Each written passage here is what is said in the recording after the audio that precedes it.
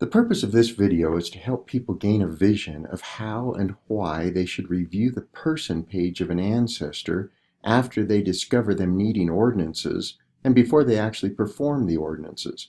Interviewing our ancestors is the phrase I use for the process of gathering information about an ancestor after we discover them and before we connect them to their family and the ordinances of the gospel. If we fail to interview our ancestors and instead just take them to the temple immediately after we discover them, we lose two wonderful opportunities. First, we will not get to know them as a person. They will just be a name to us. And second, we will lose the natural chance to easily discover information or family members that are missing from their person page. If you have not yet experienced the joy of discovering a record about an ancestor and being able to add a piece of vital information or a family member to their person page, you are in for a treat as you learn to do so. I am sure it is a bittersweet experience for an ancestor when we perform ordinances they need, but fail to gather in their parents, spouse, or children before we do so. Once we perform the ordinances that drew us to our relative, we remove the neon sign to the world that our ancestor needs attention. Once the original ordinances are done, it is possible no one will bother to visit them again and discover what we could have in a short interview as we prepared to take them to the temple. I'll now demonstrate quickly the process that I would use, and I won't demonstrate how to do the actual procedures. I'll just show you what could be accomplished in an interview so that the video doesn't take too long. If you were going to take somebody to the temple, the easiest way to discover somebody that needs ordinances is to come to the temple tab and then click it, and as you do so, or hover, and as you do so at the bottom is the ordinances ready tab.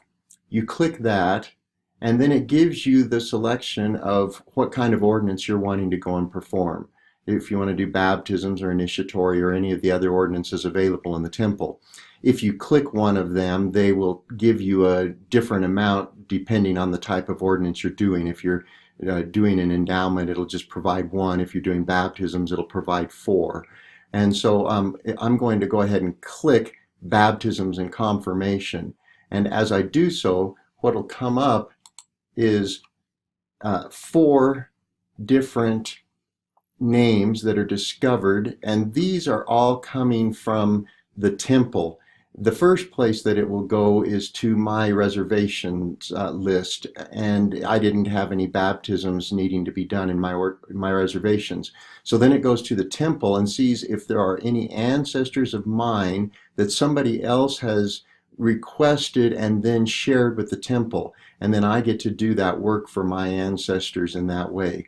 The third thing it would do if it couldn't find any that had already been shared with the temple is to go into my family tree and see if there are people with green temples that need ordinances, and then it would provide those for me. And then finally, if none of those could be discovered, it would give me a person whose name had been shared with the temple but is not a relative of mine. So I'm lucky to have 4 that are all shared with the temple. And I could just take them straight to the temple after discovering them in this way. And what my message to you is to please, before you do so, open each one of them and look them over and just get to know them a little bit by giving them an interview. What I mean by an interview is if I come to the person, you can click on any one of their names and a little card about them will open up. I would right click here and then click open link in a new tab. And then that person's person page will open up for me in a different tab. And so George Ezra Keeling is who I want to take to the temple. And I will look, and one thing I will just mention real quickly is if I go to his ordinances, you can see I won't be able to request them in the normal way that I would if they hadn't been shared to the temple. And so that's the reason you want to, when you are looking at them, you want to right click and open in a new tab, because you're going to want to be able to come back to this and take it to the temple from this page, because this gives you the right to access those temple ordinances. Anyway, if I'm going to interview George, I want to just go through and quickly look at the information, and I say I've got a really nice birth date. I've got a nice birthplace. I could find the city perhaps. I've got good death information. And I come down and I see that I have a spouse. I don't have a marriage date or place, and I don't have parents. And so the idea of the interview is just to, in my mind, say, is there a way that I could find marriage information or parents or children or siblings to George before I take him to the temple? Because once I take him to the temple, the odds are that I'm not going to come back and find those people again, and that other people won't, because there won't be an ordinance that they see that they need to go and perform. And so the best time to get the whole family gathered together is right at this moment when I'm getting ready to go and do their ordinances. You'll notice when I come to his ordinances right now, even though somebody has requested all of them, the sealing to parent isn't available, and so it's not even listed there. So I'm hoping to find parents. I'm going to come back to the details. Now you'll notice what we always hope for is right up here in this top right corner to have record hints.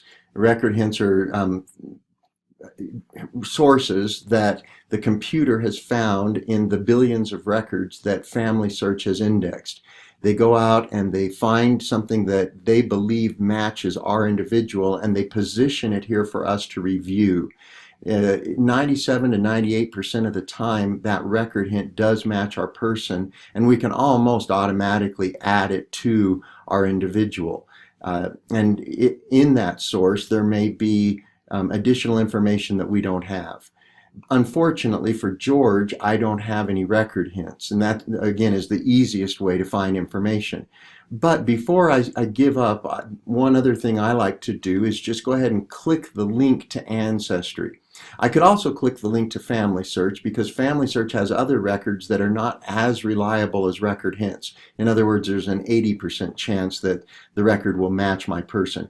But for me, the go-to second step after record hints is just to click my Ancestry link. The reason I love to do it from here rather than going to Ancestry through the internet is that when I click this, it will open up and use the information that was on my person page to conduct a search. So right off the bat, Ancestry tries to find me somebody that, or sources that match my individual. And you'll see that I've got George Ezra Keeling, 20 May 1901, and when I go back to him, 20 May 1901, George Ezra Keeling. So this is almost certainly my person. I guess I could check the death date, 27 October 77, 27 October 77. So I know that this record at least is about my person. Now you'll notice when I hover, it gives me a quick little overview of what's in that Find a Grave record. And while it does validate the birth date and the death date, which I want to be able to try to prove that, the more important thing is that it tells me his father is James Thomas Keeling and his mother is Hilda, and the spouse is Verna. And so that's interesting because my spouse was Emily, and I know that this is a record for my person, that and so that must mean that he had two wives rather than one. If I go to the actual Find a Grave source, you can see that I get George and again his birth dates, but I come down here and two spouses are listed, Verna and Emily. And so my relative is Emily Ruth Radcliffe, but Verna appears to be a spouse that maybe was younger and maybe even or older and maybe even married first. If I look at the picture of the tombstone, I have Emily and Verna both listed on it, and so it doesn't look like it was probably a divorce. I've got Verna having died in 1962 and Emily living all the way until 1985. So all of that's interesting information. I'm going to be adding a spouse. When I come back to George, I'm going to be adding an additional spouse that I will be sealing him to as well. So then if I come back to the different sources that Ancestry is providing, I really liked what I got here because I'm going to be able to add a father and a mother and a spouse. Then I come to the next source, which is this Indiana death certificate. And again, I'm going to verify or validate the birth date and the death date and the father's name. And this one is Emily as the spouse at that time. So it appears Emily is the spouse that's living when George dies. I've got this Social Security death index. Again, it's mostly validating the information about his birth. Then I've got a World War II draft card. And the nice thing about this is I have a birthplace. Now the year is a year off, but it's our guy. And so I could add in that city that I was talking about wanting. That's not a big deal to me. But then comes the important one. This marriage certificate of Emily, my Emily Ruth Radcliffe, to George shows that they were married in 1963. So when I had this information of Verna dying in 1962, Emily doesn't marry George until 1963. So my relative is somebody that was, a later in life kind of marriage. And that starts to get me to know them. And really, though, if I think about it, perhaps the most important person to seal George to is Verna, rather than my Emily. So all of that, I'm getting a vast amount of information that's going to be helpful. And let me show you one other thing that I might do. If I come to this and I open up the Emily's part, what's kind of exciting is whenever you pick somebody, Ancestry gives you a lot of other records next to them that are important for or likely matches. And so if I take Emily and I look at her census record here, I see that Emily was in 1920, she was 15 years old and had a big family, that I have there. But what I wanted to show you was if I go to the 1940 census record, she's 36 and she's still single. And so it may very well be that she was kind of a spinster, and George ends up marrying her and giving her the happiness of a marriage relationship and experience.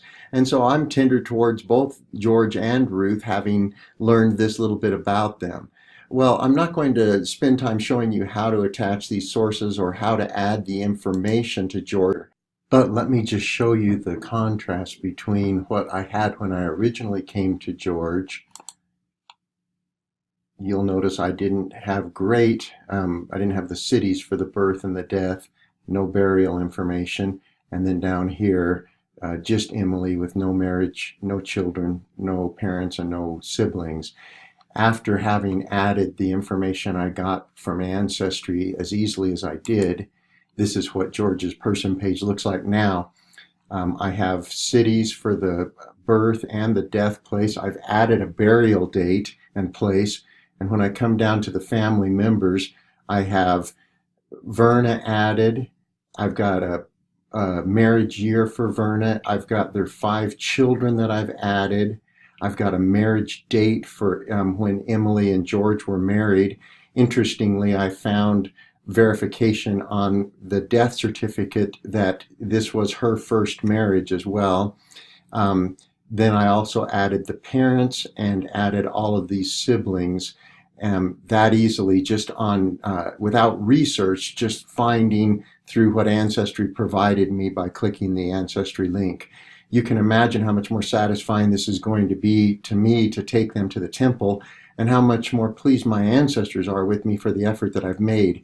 Notice that when I go to the Ordinances tab now, I have 2 ordinances that didn't used to be available that are now available that I can request and take in addition to what has already been shared with the temple.